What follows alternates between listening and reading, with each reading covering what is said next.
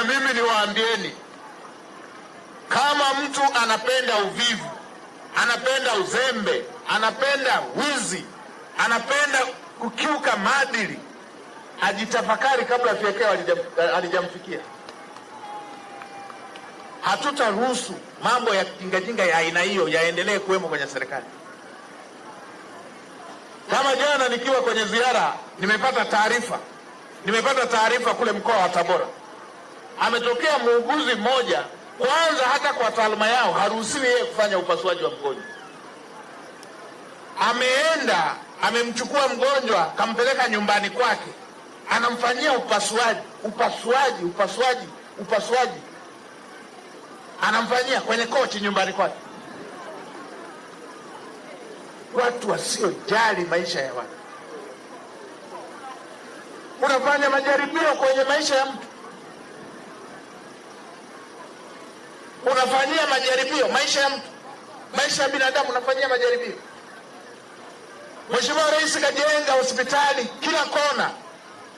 Tuna hospitali za wilaya, tuna hospitali za rufaa, kuna vituo vya afya siku hizi vina hadhi kama ya hospitali ya wilaya. Unaenda kumfanyia mgonjwa chumbani nyumbani kwako kwenye kochi. Upasuaji wa tumbo unafanyia nyumbani. Ili muone watu wanaokiuka maadili ya taaluma zao. Mambo ya ajabu haya. Sasa naelekeza mamlaka zinazohusika,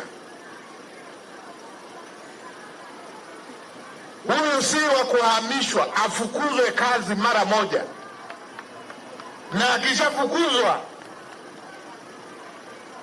apelekwe kwenye mkono wa sheria. Na wale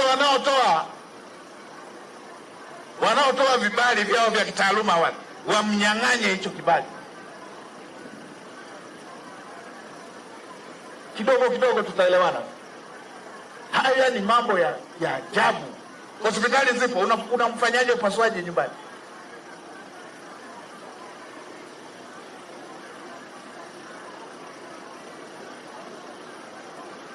Mkuu wa mkoa wa Tabora, mkamateni, msimwachie, afukuzwe kazi, aondolewe hiyo hadhi ya tabibu waliopewa, lakini pia afikishwe kwenye mkono wa sheria. Na niliambiwa pia nikiwa Arusha, nilimsikiliza yule ndugu fundi yule mjenzi yule aliyekuwa anajenga VETA kule Nyang'hwale. Nimetuma vyanzo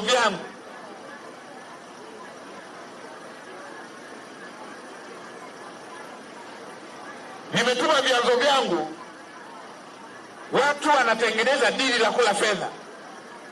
Wanatafuta mafundi wao, wanatafuta makandarasi wao ili wagawane fedha.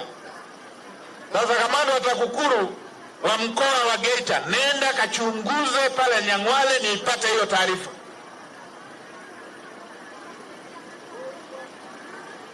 Nipate taarifa ili niweze kuamulia kwa wale wanaotengeneza, wanaitanguliza fedha ya umma kule mbele ili wakachukulie kule mbele.